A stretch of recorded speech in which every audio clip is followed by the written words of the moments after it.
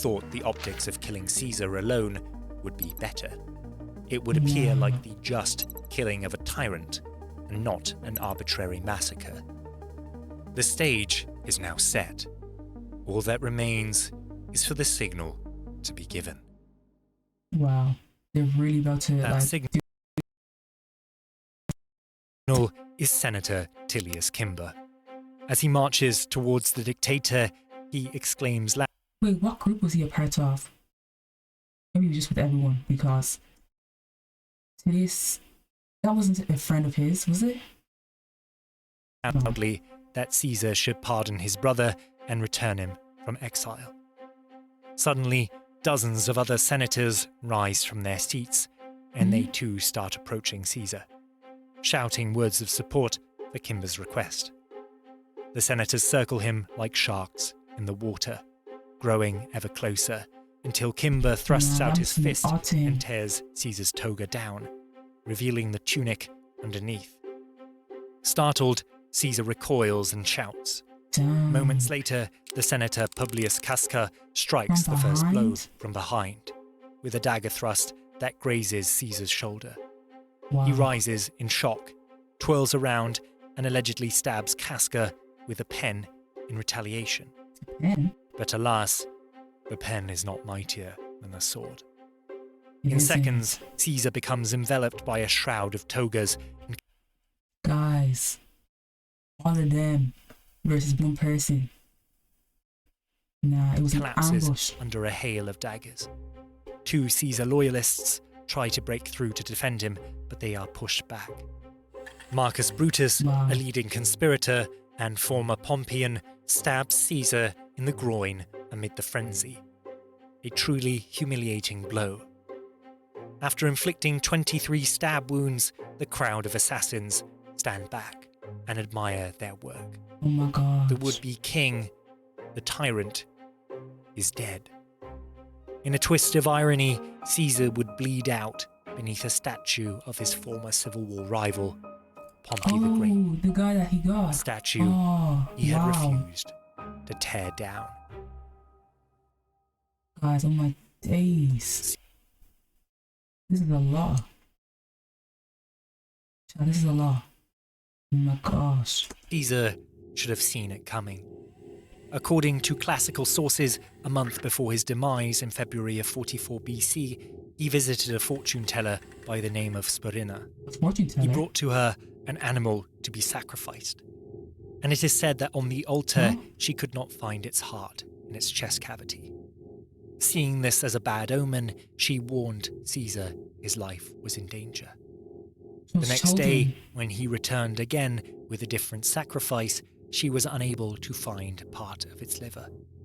From the entrails of the animal, she divined that Caesar would come to great harm on the Ides of March, otherwise known as the 15th, the midpoint of the month. But that wasn't all. The Roman historian Plutarch tells us that on the day before the 15th, Caesar... It's not even letting me pause, it's so crazy. She predicts the day to the T. Mental. And a fellow senator began discussing the best way to die. To which Caesar responded, quote, "A death which is unexpected." Ominously... No way he had a conversation the day before. And this is how they spoke. Words are powerful. Oh my gosh. Later that evening, when he and his wife Calpurnia were asleep, the windows and doors of their bedchamber flew open simultaneously. That's creepy. This is very dark. What?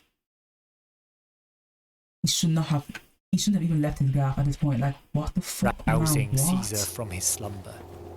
His wife was yet asleep, yet she tossed and turned, muttering something under her breath. The next morning, upon waking up, she begged Caesar not to attend the Senate meeting. So there were so many signs, and he still went. Why? Nah. For she had dreamt their house had collapsed and seen visions of her holding Caesar's bloodied, lifeless corpse. Guys.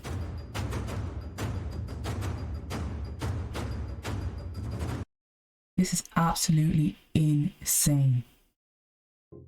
Caesar was Women and their like intuition, things like dreams, like the feeling that we get is so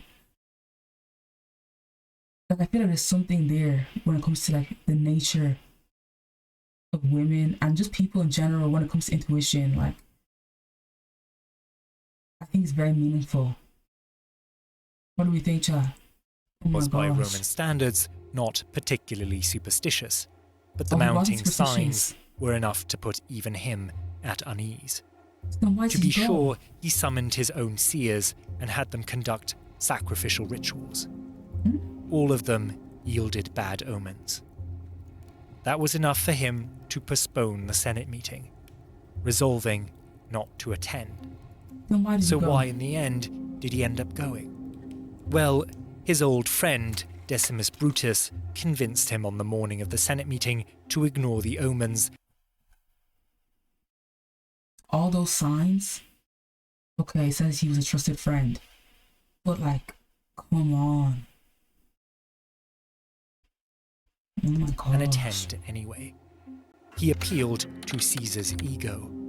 Would it not appear improper and above all ridiculous or cowardly if Caesar did not show his face at a session he No. summoned merely on the grounds of In this life, do not let your ego win when it doesn't need to. Put your pride aside. What have we learned here? It's just not worth it. Like, superstition? oh my gosh. What would that sort of behaviour do to his reputation? So he went, and on his way to the Curia of Pompey, he was stopped by a man on the street. The man handed him a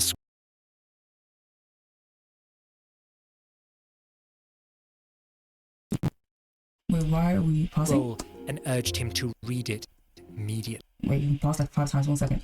Okay. claiming it Yeah, let's go added back. to the Curia due to his reputation. So he went, and on his way to the Curia of Pompey, he was stopped by a man on the street.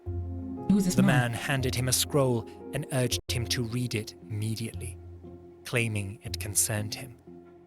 Reports tell us that this scroll supposedly contained details of the plot against him. For one reason or another, Caesar did not read it and walked. Ain't no way. He was given all these warnings, all these signs. Why would he not read it? Why did he not read it? What was the reason?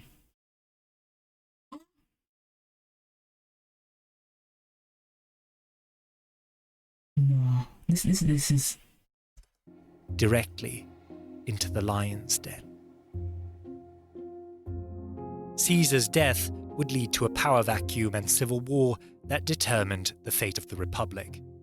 Caesar's Man. adoptive son, Octavian, and his former consul, Mark Antony, would form an alliance with one of Caesar's most trusted generals, Marcus Lepidus. betrayed him. Together they would hunt down the men that murdered Caesar and crush all who opposed their rule, leading ultimately to the fall of the Republic and the Wow. rise of a hereditary monarchy under the Roman Empire. Octavian would become emperor, and he would not make his father's mistakes. Caesar pardoned many of his enemies, even promoted them and gave them honours, where others would have just So he did stuff for them, and this is what they did. It's a cold world. It's a cold world. destroyed every trace of Pompey. Caesar elected to keep his statues up as a show of grace. His mercy might have killed him, and it might mean that the last thing that Caesar ever saw while he was dying in a pool of his own blood was a statue of Pompey, staring down at him mockingly. Caesar treated his foes too kindly and flaunted his power too brazenly, making him a man that people hated, not necessarily a man that they feared. In the words of the historian John Balston, if an authoritarian government was to be established successfully in the Republic's place, it must not be like Caesar's, an inconsiderate, careless, and frank authoritarianism, it must wear a Republican mask, however false. Wow. That's insane. That's really crazy. Guys, the video, the animation, this was very well put together, easy to follow, informative. Like, comment, and subscribe. Follow the Twitch, my Twitch, and yeah.